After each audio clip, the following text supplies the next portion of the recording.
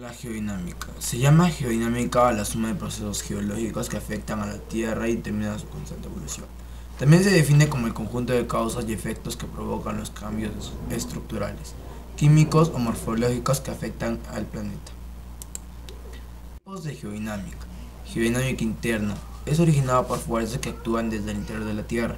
Se inician en la estenosfera y se desplazan en contra de la gravedad. Esta geodinámica está relacionada con la formación de montañas, mesetas, cordilleras, entre otras, por lo tanto es constructora del relieve de nuestro planeta.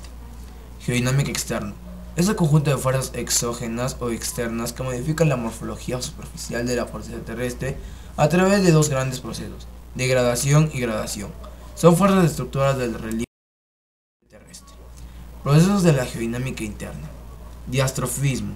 El diastrofismo es vital, pues sin él nuestro planeta estaría cubierto por el mar. Esta fuerza puede ser vertical o lateral.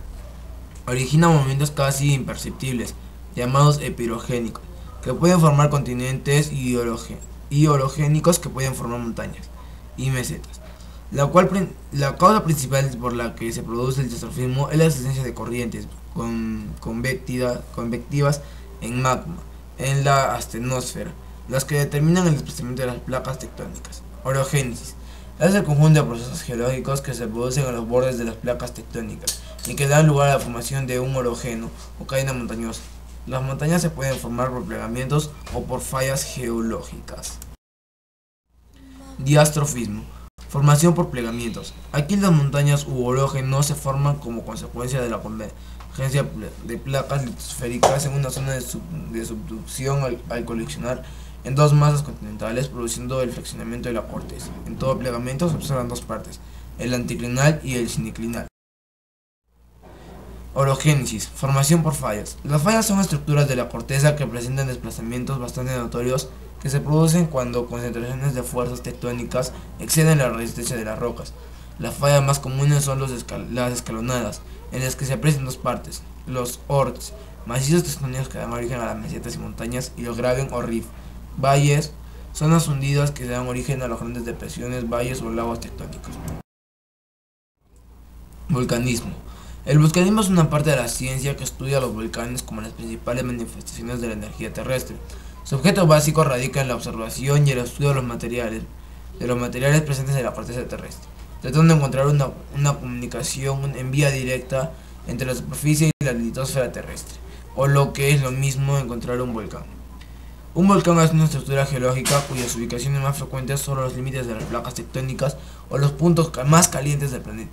Su interés es máximo, ya que de ellos emergen gran cantidad de materiales, tales como el magma, lava, cenizas y gases del interior del planeta, proporcionando así una gama representativa del interior terrestre en diferentes estados físicos de la. ¿Cuáles son las partes de las que se compone un volcán? Si viajamos acompañando el magma en su ascenso hasta alcanzar la superficie, encontraríamos que las principales partes de un volcán convencional son: cámara magmática, que es la zona de donde proviene el magma que forma la lava; chimenea, que es el canal o conducto por el que se asciende la lava; cráter, que es la zona donde los materiales son arrojados al exterior de la erupción; cono volcánico, que se formaría por la aglomeración de lava y productos fragmentados en la loma del volcán. ¿Qué se expulsa en la erupción? Los materiales que son arrojados durante la erupción volcánica, además de poder ser muy diferentes unos de otros, se presentan en diferentes estados de la materia, ya que se obtienen muestras sólidas, líquidas y gaseosas. Los gases son mezclas de composición compleja que pueden provenir de puntos de la propia erupción o de las lavas fundidas. Los compuestos más comunes encontrados son vapor de agua, dióxido de carbono, nitrógeno, hidrógeno, ácido clorhídrico, cloruro volátiles, gases sulfurosos, sulfhídrico, metano y otros hidrocarburos. Además, también es frecuente que arrastren cenizas de suspensión, formándose lo que se conoce con el nombre de nubes ardientes. Los líquidos son las lavas, es decir, el magma que emerge por el cráter y que se desliza por la loma del volcán. Una característica muy importante de las lavas es su facilidad de enfriarse de manera muy rápida al entrar en contacto con el aire, ya que con frecuencia tras este fenómeno se forma una una costra exterior que aísla el interior del magma, donde la lava puede permanecer fluida deslizándose por mucho tiempo. Así las lavas de viscosidad bajas se enfrían en regiones submarinas, forman estructuras con forma de almohadillas, las de viscosidad alta formas de erizo rugoso y las de fluidas forman los llamados túneles volcánicos al contacto con el agua. Los materiales sólidos o piroclastos son fragmentos de lava solidificada y se clasifican según el tamaño en bloques o bombas de tamaño de centímetro a centímetro, grietas de tamaño entre un guisante y una nuez, y cenizas o polvo volcánico en dimensiones menores de 4 milímetros. ¿Cuáles son los tipos de volcanes que existen y en qué se diferencian? Dependiendo de la temperatura de los magmas, de la cantidad de productos volátiles que acompañan a las lavas y su fluidez o viscosidad, los tipos de erupciones pueden ser estromboliana, que recibe el nombre de Stromboli, o volcán de la isla de Lipari en el mar Tirreno, Alene de Cilicia. La lava es fluida con desprendimientos gaseosos abundantes y violentos, son proyecciones de escoria, bombas y lapilli. Dependiendo de que los gases pueden desprenderse con facilidad, no se producen pulverizaciones o cenizas. Cuando la lava rebosa por los bordes del cráter, desciende por sus laderas y barrancas, pero no alcanzan tanta extensión como una erupción de tipo hawaiano. Sus lavas son muy fluidas sin que tengan lugar desprendimientos gaseosos explosivos. Estas lavas se desbordan cuando rebasa el cráter y se deslizan con facilidad, formando verdaderas corrientes a grandes distancias. Algunas partículas de esta lava, al ser arrastradas por el viento, forman hilos cristalinos, que los nativos llaman cabellos de la diosa Pele, diosa del fuego. Vulcaniano. Toma el nombre del volcán Vulcano de las islas de Lipari. En este tipo de volcán se desprenden grandes cantidades de gases de un magma poco fluido, que se consolida con la rapidez, pero aquello las explosiones son muy fuertes y pulverizan la lava, produciéndose una gran cantidad de cenizas que son lanzadas al aire acompañadas de otros materiales fragmentarios. Cuando la lava sale al exterior se consolida rápidamente, pero los gases que se desprenden rompen y se resquebrajan su superficie.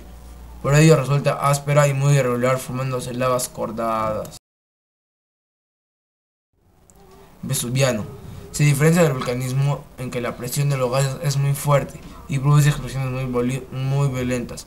Forman nubes ardientes que al enfriarse producen precipitaciones de cenizas que pueden llegar a sepultar ciudades enteras, como ocurrió en Pompeya. Peleano. Entre los volcanes de las Antillas es célebre el de la montaña Peleada, en la isla Martinica, por su erupción en 1902, ocasionó una destrucción con gran rapidez, llegando a tapar por completo el cráter. La enorme presión de los gases que no encuentran salida levanta este tapón, que se eleva formando una aguja. Esto ocurrió el 8 de mayo, cuando las paredes del volcán se dieron a tan enorme empuje, habiéndose conducto por el que salieron con extraordinaria fuerza los gases acumulados a elevada temperatura, que mezclados con cenizas formaron una nube ardiente que alcanzó 28.000 víctimas. Krakatoa. La explosión volcánica más formidable de las conocidas hasta la fecha fue la del volcán Krakatoa, originando una tremenda explosión y enormes maremotos. Se cree que este tipo de erupciones son debidas a la entrada y contacto con el agua ascendente, con el agua o con rocas mojadas, por ello se denominan erupciones freáticas. Erupciones submarinas. En los fondos oceánicos se producen erupciones volcánicas, cuyas lavas, si llegan a la superficie, pueden formar islas volcánicas. Esto suele ser de corta duración, en la mayoría de los casos debido al equilibrio isostático de la lava al enfriarse, y por la erosión marina. Algunas islas actuales, como las Cícladas de Grecia, tienen este origen. A continuación en la imagen se puede observar una isla en crecimiento gracias a una erupción submarina. Erupciones de cieno. Hay volcanes que ocasionan gran número de víctimas, debido a que sus grandes cráteres están duramente al reposo, convertidos en lagos o cubiertos de nieve. Al recobrar su actividad, el agua mezclada con cenizas y otros restos es lanzada formando torrentes y avalanchas de cieno, que destruyen todo lo que encuentran a su paso. Un ejemplo actual fue la erupción del Nevado de Ruiz, el 13 de noviembre de 1985, Nevado es un volcán explosivo en el que se encuentra la cumbre del cráter, a 4.800 y 5.200 metros de altura. Estaba recubierta por una escaleta de hielo. Al ascender la lava se recalentaron las capas de hielo formando unas coladas de barro que invadieron el valle del río de la Quilla y sepultaron la ciudad de Armero, causando 20.000 muertos y decenas de miles de heridos.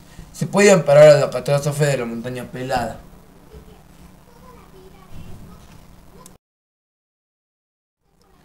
Erupciones fisurales son las que se originan a lo largo de una dislocación de la corteza terrestre, que puede tener varios kilómetros. Las lavas que fluyen a lo largo de las roturas son fluidas y recorren grandes extensiones formando amplias mesetas o traps, con 1 kilómetro o más de espesor y miles de kilómetros cuadrados de superficie. Por ejemplo de volcanismo fisural es la meseta del Deccan, en India.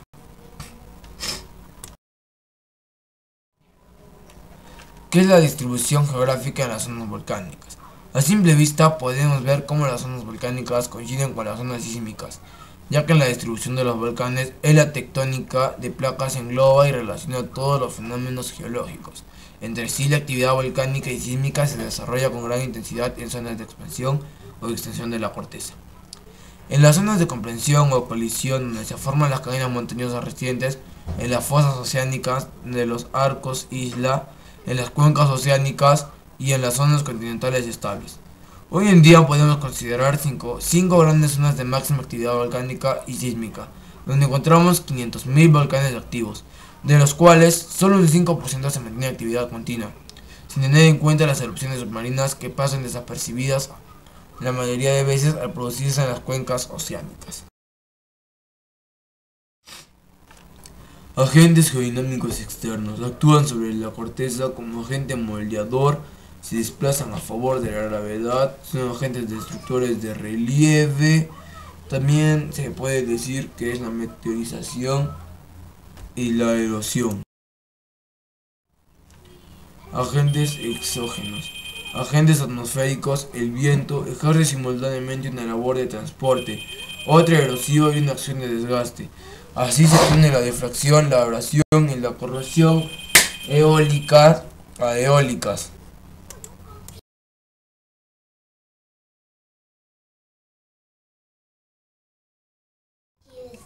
La temperatura. El cambio de temperaturas es uno de los agentes más eficaces de la descomposición de las rocas.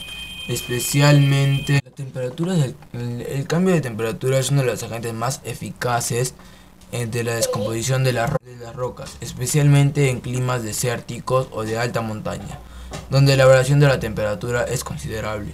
Con la misma facilidad con que el material rocoso acepta el calor del sol, lo pierde por radiación al atardecer. Los diferentes minerales que componen las rocas tienen distintos índices de dilatación y para un mismo cambio de temperatura sufren cambios desiguales de volumen. Esto conduce al cuarteamiento, a la pulverización del material. Las partículas y arenas que resumen son fácilmente transportadas por el viento. Las corrientes de agua, la humedad atmosférica, vapor de agua, rocío, penetran las fisuras y grietas superficiales de las rocas y en presencia del oxígeno y anhídrido carbónico del aire atmosférico ejerce una acción química que conduce a la decamación y exfoliación de las rocas. Agentes hidrológicos, agentes pluviales. La cantidad de agua que anualmente se precipita sobre los continentes se calcula en unos 112.000 kilómetros cúbicos. Por su acción disolvente y química actúa esta agua como agente de meteorización y por su acción mecánica actúa luego como agente principal de transporte, arrastrando los productos de la meteorización a nuevos emplazamientos. El agua de lluvia que se infiltra en el suelo sirve para alimentar los vegetales y para formar mantos acuíferos que alimentan los pozos y manantiales. Lo que no logra infiltrarse de forma las aguas salvajes que circulan libremente, desempeñando un papel erosivo y a veces muy perjudicial. Si el terreno embebido por el agua se desliza lentamente hacia inferiores, se habla de solifucción. Por falta de protección vegetal, aguas salvajes puede abrirse zanjas, cárcavas que forman las tierras malas o baviantes. Aguas fluviales. Cuando las aguas de lluvia son encauzadas progresivamente por los accidentes del terreno, discurren por cauces cada vez más estables y se inicia una red fluvial formada por torrentes y ríos. Torrentes. Es un curso de agua de escalas longitudinal y fuerte pendiente en los cuales se encuentra la cuenca de recepción, el canal de desagüe y el cono de eyección. Se considera la acción geológica. El torrente es esencialmente erosiva y se efectúa de 4 maneras diferentes: corrosión, acción hidráulica, corracción y atracción. El río es una gran corriente de agua de circulación más constante que la del torrente. En todo río se distinguen 3 etapas: curso superior, curso medio y curso inferior. Posee un perfil longitudinal desde las fuentes hasta la desembocadura. Es una línea curva tangente a nivel del mar, que va elevándose en el interior del continente. En el curso de un río, desde la fuente hasta el tramo senil, se suelen presentarse obstáculos que dan lugar a determinados accidentes en su cauce, tales como rápidos, cascadas, cataratas, terrazas, río antecedente y penillanuras. Aguas marinas. El mar, agente geológico, ejerce una de las costas de una acción erosiva y abrasiva. La fuerza con que las olas golpean las costas en tiempos normales de unos 300 km² por hora llega a 30.000 km por 7 metros cuadrados. En tiempo de tormenta, el efecto de la sucesión de las olas en su retirada es aún mayor que la del choque. La acción destructiva de las olas se manifiesta de preferencia en las rocas débiles, quebrando a veces restos compactos que por su mayor resistencia han quedado idéneas a la acción del mar, denominados farallones. La ola es el efecto superficial, el movimiento periódico de las moléculas del agua en la profundidad. Sigue el ritmo de toda onda transversal. Tiene su amplitud, que en el mar es libre de la distancia vertical entre una cresta y una depresión. La longitud de la ola es la distancia que medía entre dos crestas sucesivamente. Con la ola solamente se desplaza la forma de la onda, no el agua misma. La playa y la terraza marina son el producto de la erosión litoral, donde son depositados sobre las costas formando las playas y más allá de la plataforma de ablación, la terraza marina. Otras características que se pueden presenciar son las flechas y cordones litorales, así como los tómbolos, las diferencias, tipos de cosas que con esto conllevan. Aguas congeladas. Debemos distinguir dos modalidades de aguas congeladas. Una, la más importante, que forma los ejes polares, y otra localizada en las zonas de las altas montañas, donde forman los glaciares de la montaña. Agentes biológicos.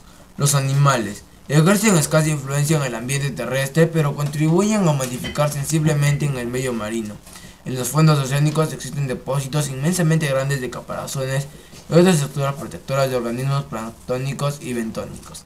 Las plantas son agentes que ejercen el mismo medio terrestre de un papel preponderante.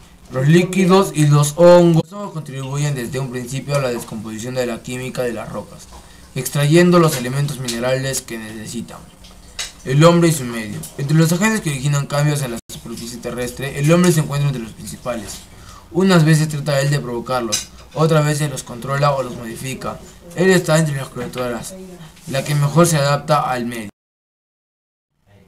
Erosión. La erosión es una forma de degradación y el transporte del suelo o roca que producen estos agentes está la circulación de agua, hielo, el viento o los cambios térmicos. La erosión implica movimiento, transporte de material en contraste con la desintegración de rocas, fenómeno conocido como meteorización, y está en uno de los principales factores del ciclo geográfico. Puede ser incrementada por actividades humanas o antropogénicas. Erosión hídrica. Ejemplo, las costas. Por ejemplo, la formación de un acantilado en una rasa mareal. La erosión fluvial, llevada a cabo por las aguas superficiales en los continentes. Erosión glaciar. La erosión en movimiento de masas de hielo. Erosión en cambios de la fase. Fracturas de la roca producidas por congelación en aguas en grietas debido al aumento de su volumen. Erosión eólica. La erosión eólica, producida por el esfuerzo de cizalla del flujo de viento o por la abrasión de partículas de aire que están en transporte. El viento actúa como relieve de acuerdo a las características climáticas del sitio. En las zonas modelas de superficie, las zonas o formas de los desiertos, piedras llenan y arrastra material fino y deja el grueso. Erosión gravitacional. La erosión se produce por la forma de gravedad que la ladera tiene. El Marqués Ramón en Israel, donde se aprecia la erosión por colapso, es gravitatoria en sus márgenes. Meteorización. La meteorización de la descomposición de los minerales y rocas que ocurre sobre o cerca de la superficie terrestre. Con estos materiales se encuentran en contacto con la Tierra, con la atmósfera, hidrosfera y biosfera respectivamente. Meteorización física y meteorización química. La meteorización física produce una desintegración o ruptura de la roca, sin perder su composición química o mineralógica. La composición química produce una transformación química de la roca, provocando la pérdida de cohesión y la alternación de las rocas. Los procesos más importantes son atmosféricos: el vapor de agua, el oxígeno y el dióxido de carbono. La descompresión es la expansión y el agrietamiento que se producen en las rocas que se han formado a gran profundidad, al encontrarse en la superficie donde la presión es mucho menor. A causa de esta agrietación comienzan a experimentarse las formaciones de grietas o diaclas con los que se forman las losas horizontales. Termoclastia es la fisura de las rocas aflorantes como consecuencia de la diferencia de temperatura entre el interior y la superficie de la térmica día-noche. Es la causa durante el día: al calentarse la roca se dilata, sin embargo por la noche al enfriarse se contrae.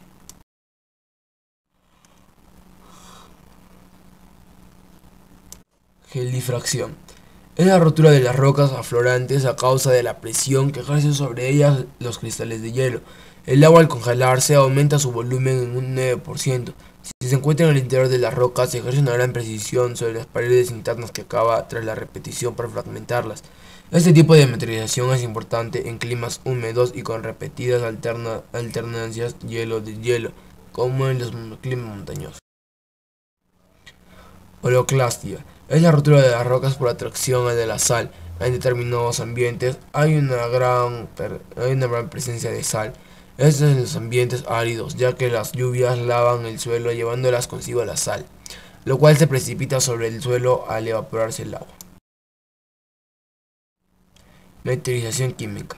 Los tipos. La oxidación se produce en la reacción de algunos minerales como el oxígeno atmosférico.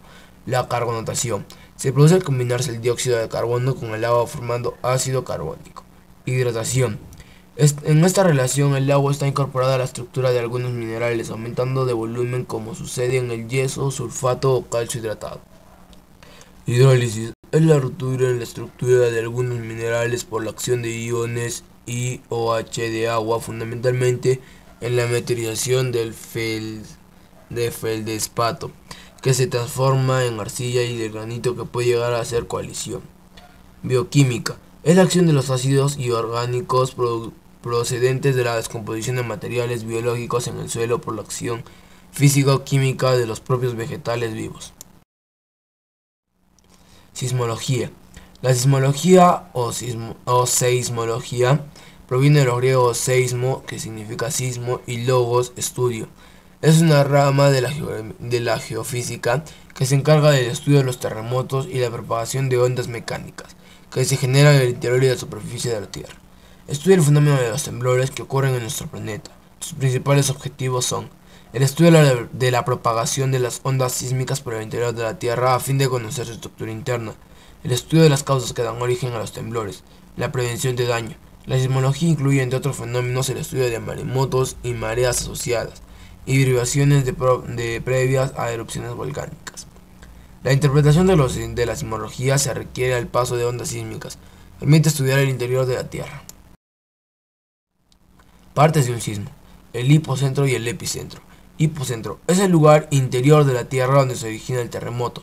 Se liberan dos tipos de onda: las ondas o primarias o P, o las ondas S o secundarias. Epicentro es el punto de la superficie terrestre donde se encuentra más cercano al hipocentro, donde surgen las ondas sísmicas superficiales causantes de la mayor destrucción.